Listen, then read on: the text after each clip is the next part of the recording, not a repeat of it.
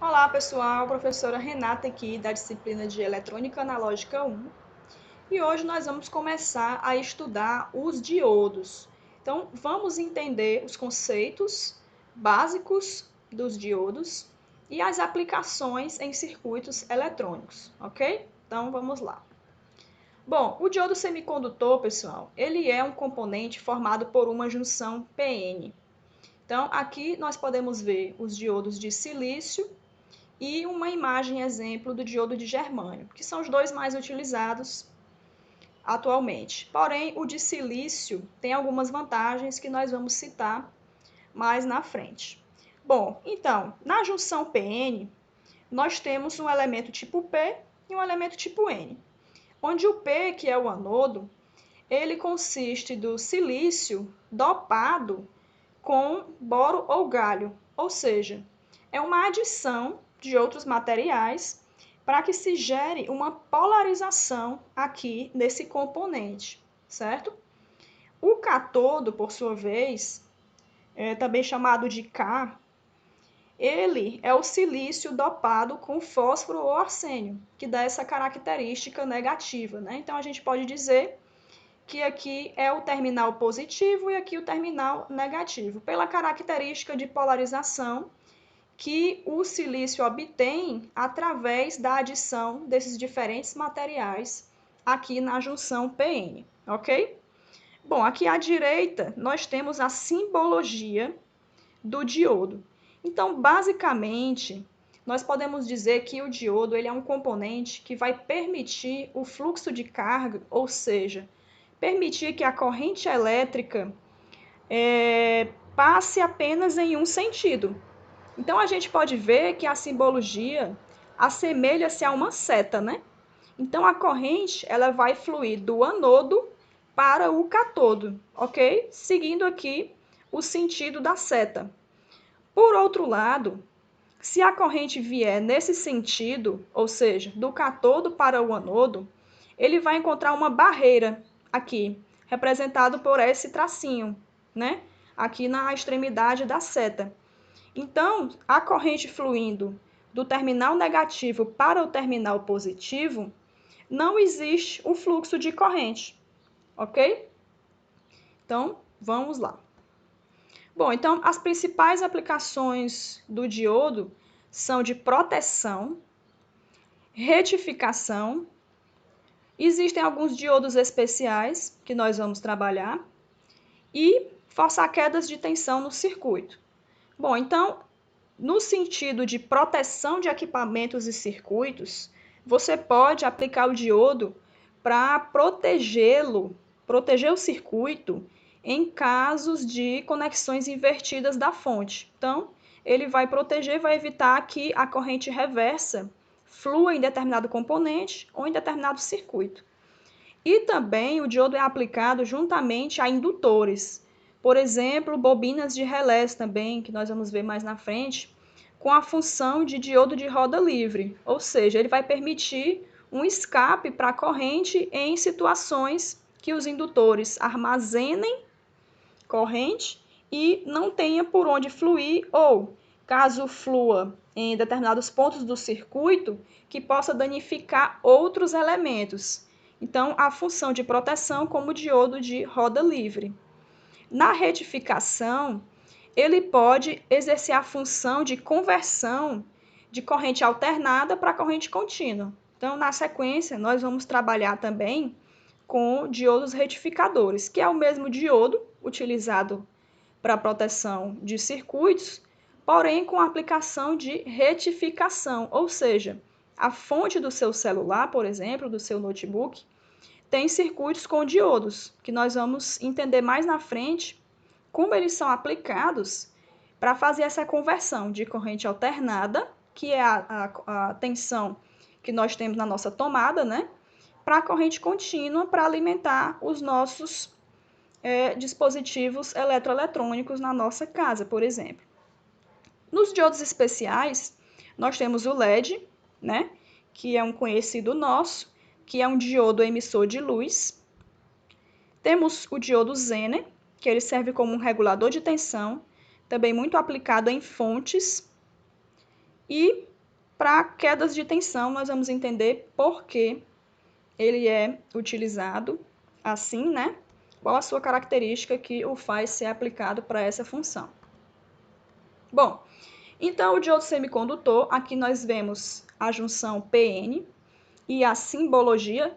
Vejam aqui o sentido da corrente, o fluxo, né?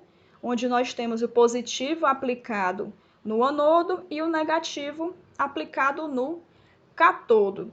Então, inicialmente, nós podemos ver o silício dopado com os elementos que geram essa polarização na junção, no elemento P e no elemento N. Aqui no meio, nós vamos inicialmente entender o conceito da camada de depleção ou barreira de potencial que é gerada aqui no centro da junção PN. Bom, no diodo polarizado reversamente, nós vamos colocar aqui uma fonte diretamente no diodo. Mas nós precisamos observar que quando o diodo está polarizado reversamente, o que acontece? Nós temos o terminal negativo da fonte conectado ao positivo do diodo, que seria quem? O anodo, né? E o positivo da fonte conectado ao negativo do diodo, que é o chamado de cátodo. Beleza. Nesse caso, pessoal, eu pergunto a vocês, existe circulação de corrente ou não? Lembrem-se que o diodo só conduz em um sentido, né? Qual seria, então, a correta conexão da fonte para que o diodo possa conduzir corrente? Então, é isso que a gente tem que entender. Bom, nesse caso da conexão dessa fonte, vejam o que acontece com a barreira aqui de potencial. Vejam o que acontece.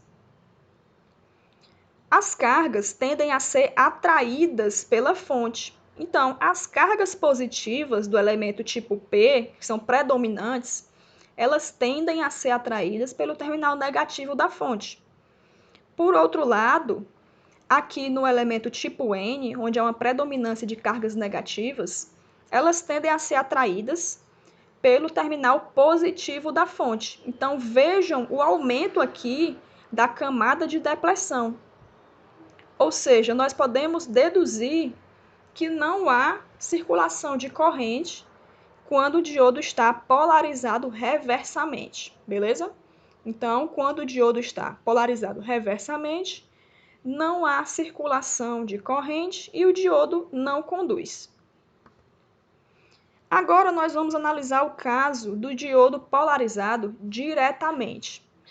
E aí, vejam que nós invertemos aqui a fonte, agora o terminal positivo está ligado no elemento tipo P, ou seja, no anodo do diodo, e o negativo da fonte está ligado no cátodo, ok? E aí, vai ter circulação de corrente nessa configuração? Já posso dizer que sim? Bom, ainda não. Eu não sei ainda qual o valor de tensão que nós temos aqui nessa fonte, certo?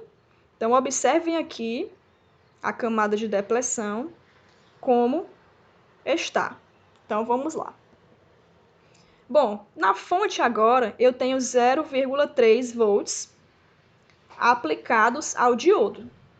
Então, se o terminal positivo da fonte está ligado no anodo, eu já consigo observar aqui uma repulsão das cargas em direção à barreira de potencial. Da mesma forma, no terminal negativo da fonte, a repulsão das cargas negativas em direção à barreira de potencial. O que acontece? Ela começa a reduzir de tamanho. Então, nós observamos que eu já tenho uma diminuição aqui da camada de depleção do diodo de silício. Porém, a tensão ainda não é suficiente para provocar a circulação de corrente por esse diodo de silício. Vamos entender por quê. Vamos aqui aos poucos. Bom, a tensão agora está em 0,4. Então, eu observei aqui que a barreira teve já uma diminuição, correto? tenho agora 0,6 volts. Então, a barreira aqui já diminuiu bastante. Acredito que estamos quase conseguindo conduzir corrente pelo diodo de silício. E agora, quando nós atingimos 0,7 volts, existe a circulação de corrente pelo diodo. Então, entendam que existe uma tensão mínima para que nós consigamos fazer com que haja circulação de corrente pelo diodo, ok? No caso do diodo de silício, nós consideramos como 0,7 volts, beleza? Mas sempre é interessante utilizar um multímetro para verificar a queda de tensão no diodo que você está aplicando no seu circuito, pois podem haver variações no diodo, mesmo que sejam de mesmo modelo, você pode ter uma leve variação no valor da queda de tensão, certo? Então é bom verificar antes de colocar no circuito. Bom, então a conclusão que nós podemos tirar da aplicação desse diodo no circuito é que ele funciona como uma chave, simplesmente. Ou seja, quando ele está polarizado diretamente, repetindo, positivo no anodo e negativo no catodo, existe circulação de corrente, então ele funciona como uma chave fechada. No diodo polarizado reversamente, onde eu tenho negativo no anodo e positivo no catodo, a corrente reversa não consegue passar pelo diodo, ou seja, ele bloqueia. Então, ele funciona como circuito aberto, que é o chamado diodo em corte, ou diodo aberto, né? Está polarizado reversamente, ok? Então, nesse caso, onde nós temos 0,7 volts, nós temos um rompimento da barreira de potencial e o diodo, então, conduz, ok? Então, vamos agora analisar a relação entre tensão e corrente do diodo. Então, para isso, nós temos três aproximações, três curvas que nós podemos considerar no estudo de diodos. A primeira aproximação é a do chamado diodo ideal, ou seja, o diodo como uma chave perfeita, sem resistência nenhuma, certo? E com a tensão zero e corrente zero, ou seja, não existe aquela queda de tensão que nós vimos para que o diodo consiga conduzir. Então, no diodo ideal, nós consideramos corrente zero e tensão, queda de tensão zero. Então, seria um componente perfeito, né? Ideal, que a gente sabe que na realidade não é assim, né? A segunda aproximação, ela considera o diodo como uma chave, né? Claro, que é a função dele. E também apresenta aqui um modelo inserindo uma fonte de tensão, que seria a tensão mínima que ele precisa para entrar em condução. Então, vejam que no eixo X nós temos a tensão e no eixo Y a corrente. Então, esse ponto seria exatamente 0,7 volts, ou seja, a partir de 0,7 volts, que é esse ponto aqui, nós temos a condução de corrente. Então, existe o fluxo de corrente. Abaixo disso, a corrente é zero. Tudo bem? Na terceira aproximação, nós temos um modelo mais real, né? Mais chegando na realidade, que seria considerando a resistência do diodo. Então, a gente sabe que todo elemento conectado nos circuitos apresenta uma resistência, né? Nenhum componente, na prática, é real, certo? Desculpe, nenhum componente, na prática, é ideal. Nenhum componente é ideal. Todos eles vão apresentar uma certa resistência e variações dependendo de temperatura, tensão aplicada, enfim. Beleza? Então, aqui a gente pode ver que existe uma variação na corrente de forma linear, que é característica de um elemento resistivo, né? Então, a partir de 0,7 volts, que é o mínimo considerado para o diodo de silício, existe o aumento da corrente aos poucos, né, linear de acordo com o valor de tensão, certo? Então, isso aqui é o que se aproxima mais da realidade. Pronto, nessa curva aqui, nós temos a curva em azul, que são as características ideais, e a curva em preto, o diodo real, né? Então, novamente, a partir de 0,7, nós temos aqui o fluxo de corrente, que vai aumentando gradativamente dependendo do valor de tensão. Então, a gente vê que existe uma faixa de tensão, dependendo do diodo, né? Por exemplo, 0,7 a 0,8, em que há um aumento da corrente até que ela fique estável, né? E nesse quadrante aqui, nós podemos ver que seria o diodo polarizado diretamente. Então, ele apresentaria essa característica de fluxo de corrente. Aqui as características ideais e aqui no preto as características reais. Então, a gente vê que quando o diodo está aberto, essa corrente aqui não é zero, né? Existem microamperes aqui que fluem quando o diodo está polarizado reversamente. Nessa curva, nós podemos ver a comparação do diodo de silício e do diodo de germânio. Então, aqui a curva mais escura seria o diodo de silício e a curva mais clara, o diodo de germânio. Qual a diferença entre eles, pessoal? Bom, o de silício, nós já vimos que ele apresenta uma tensão mínima para a condução de 0,7, que é a queda de tensão dele, né? 0,7 volts. Então, se eu aplico 5 volts, ele vai dar uma queda de 0,7. Só deixando passar para o circuito 4,3. Então, é bom considerar isso. No germânio, a queda de tensão é menor, né? Sendo considerada aqui em 0,3, ok? Porém, nós vemos que a corrente aqui reversa, quando ele está reversamente polarizado, ela é mínima, coisa de microamperes.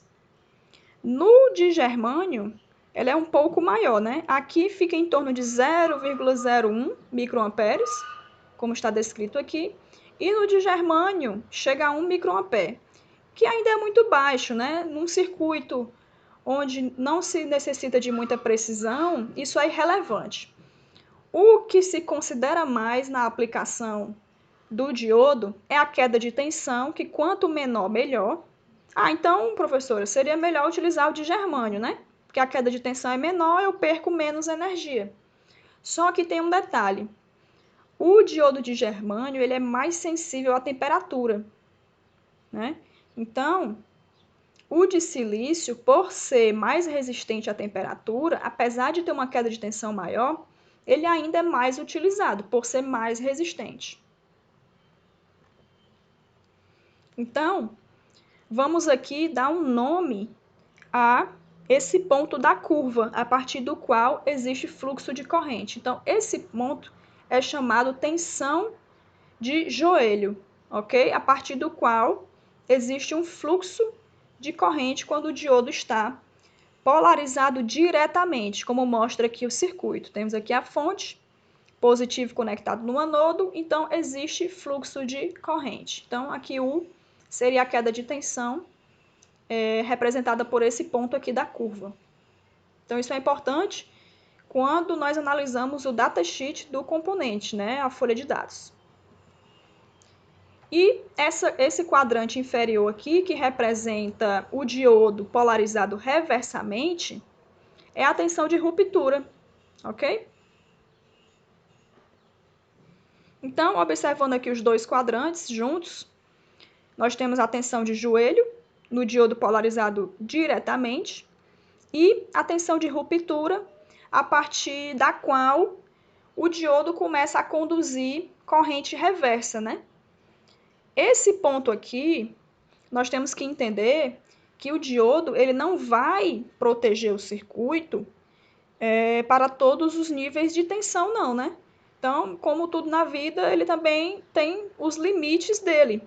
Então, é interessante olhar no datasheet, dependendo do diodo que você está utilizando, qual é a tensão de ruptura, ou seja, qual é a tensão a partir da qual ele vai deixar conduzir corrente. Isso não é o que a gente quer, né? Isso é um efeito indesejado. Então, por exemplo, se a tensão de ruptura aqui for 50 volts, se eu aplicar acima de 50 volts no diodo, ele vai conduzir. Ou seja, ele vai entrar em curto, né? E vai existir um fluxo de corrente reversa, que não é o que a gente deseja. A gente quer que ele só funcione nesse sentido aqui, né? Permitindo que a corrente flua em apenas um sentido. E em tensões reversas, a gente não quer que haja fluxo de corrente, a gente quer que ele fique com a corrente o mínimo possível, certo? Para não interferir no circuito e para exercer a função de proteção, que é o que a gente quer. Então, aqui nós vemos um circuito exemplo, onde nós temos uma fonte de 12 volts e dois diodos, um N4001, um diodo muito utilizado. Bom, então vejam aqui a polarização de cada um, né? Vamos observar que o positivo da fonte está ligado no anodo do primeiro diodo, do diodo D1. Porém, no segundo diodo, eu tenho aqui uma reversão, né? Então, o primeiro diodo está polarizado diretamente e o segundo diodo está polarizado reversamente. Então, nós temos que ver que o único diodo que vai deixar circular corrente é o diodo D1. Por isso que essa lâmpada aqui está acesa. Como o anodo desse diodo está ligado no terra da fonte, não existe fluxo de corrente nessa malha aqui. Por isso que a lâmpada está desligada. Beleza, pessoal? Então, D1 está polarizado diretamente, existe corrente fluindo, a lâmpada acende. O diodo D2 está polarizado reversamente, então a corrente que vem por aqui não passa, né? Ela não consegue passar pelo diodo, então a lâmpada não acende.